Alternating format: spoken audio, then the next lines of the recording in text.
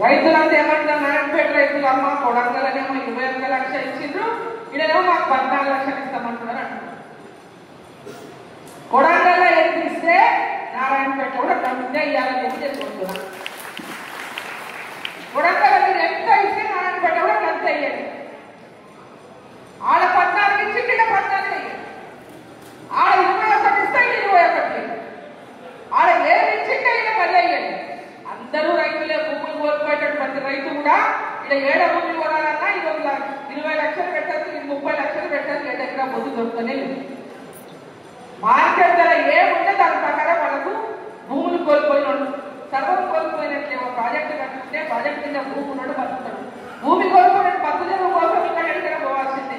కాబట్టి వాళ్ళు మొత్తానికే సర్వస్వం కోల్పోతారు. కాబట్టి వారికి ఖచ్చితంగా మార్కెట్ రేట్ ప్రకారం భూమి విలువను చెల్లించాలని చెప్పి వేదిక ద్వారా నేను రాష్ట్ర ముఖ్యమంత్రి నేను కోరుతా ఉన్నాను. మీరందరూ కూడా రైతు కుటుంబం నుంచి రావడం, ఈ ప్రాంతం కూడా ఎక్కువ రైతు దగ్గర ఉండమని వారు ఈ యొక్క రైతాంగానికి మరొకసారి విషయం చెప్తాను. ఈ ప్రభుత్వం గతంలో చెప్పింది, మొన్న కూడా చెప్పింది, ఇప్పుడు కూడా చెప్తా ఉంది, యూరియా కొడతా ఉంది. మాకు కేంద్ర ప్రభుత్వం యూరియా చేయట్లేదు. ఇదే రాష్ట్ర ప్రభుత్వము మేము గతంలో చెప్పాము, కేంద్ర ప్రభుత్వం వాళ్ళకి చెప్పారు మనకు కావాల్సింది, మనకు అవసరం ఉన్నది 9 లక్షల మెట్రిక్ టన్ను. కానీ కేంద్ర ప్రభుత్వం ఇచ్చింది 12 లక్షల మెట్రిక్ టన్ను పైపులకు. 9 లక్షలు అడిగితే మేము 12 లక్షలు ఇచ్చినాము. అయినా కూడా ఎరువు దుకాణాల్లో ఎరువు యూరియా ఎందుకు తక్కువ ఉంది, ఎందుకు కొరత ఉన్నదని చెప్పేసి కూడా నేను ప్రభుత్వాన్ని ప్రశ్నిస్తున్నాను. మేము ఎక్కువ ఇచ్చేది యూరియా ఎక్కడ పోయింది, ఎవరి దగ్గర దాచారు, ఎవరు దాచున్నారు, ఎవరు దళాలు చేస్తున్నారని కనుక్కునే బాధ్యత ఈ రాష్ట్ర ప్రభుత్వాన్ని.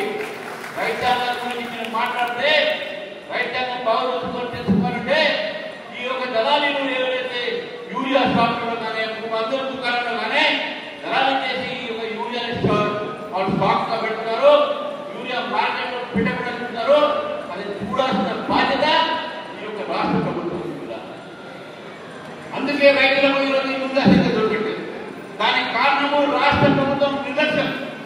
దానికి కారణము రాష్ట్ర ప్రభుత్వం కొంతమందిని ప్రోత్సహించి, దళారీని ప్రోత్సహించి యూరియాని దాచిపెడతా ఉన్నారు.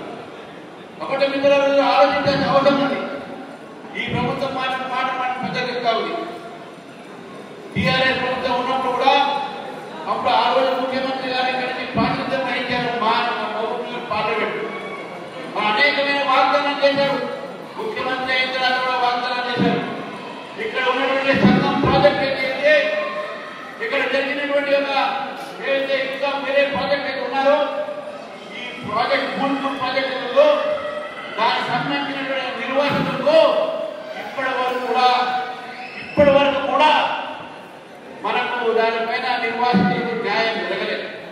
నిర్వాసితులకు రావాల్సినటువంటి ఒక కాంపన్సేషన్ రాలేదు. ఇంకా వాళ్ళు తిరుగుతా ఉన్నారు.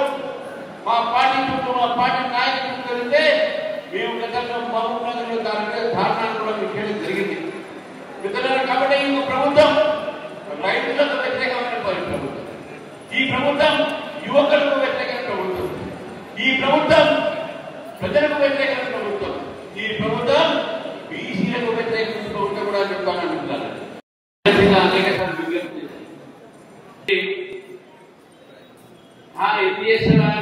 జిల్లాలంటే మీరే కదా చిన్న జిల్లాలు ఉంటే బాగుంటుందని చెప్పేసి మీకు ఇష్టమైన ఒక్కొక్క అసెంబ్లీకి ఒక జిల్లా చేసేస్తున్నారు. నారాయణపేట, ములుగు ఈ రెండు కూడా ప్రాంతం కూడా అడుగుతుంది. వాళ్ళకు ఇచ్చేసారు ఏమైంది అన్న చూద్దామే అని చెప్పాడు, కుదరదని చెప్పాడు. దాని తర్వాత నేను కౌన్సిల్ లో మాట్లాడుతూ దాని నేను ట్రిప్ కూడా పంపించాను.